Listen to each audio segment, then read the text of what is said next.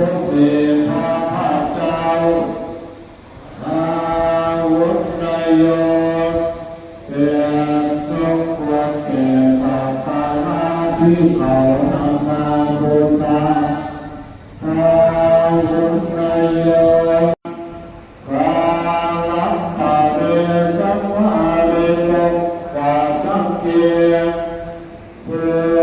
การสร้างรวมเราบังในพระสงฆ์ในทางต่อไป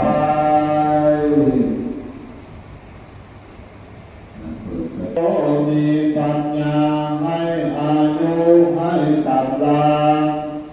วันนาภูปฏิภาณปฏิภาณสุขจาภาตาเมตวีผู้มีปัญญาให้ความสุขสุขธรรมโสอธิคาชาติ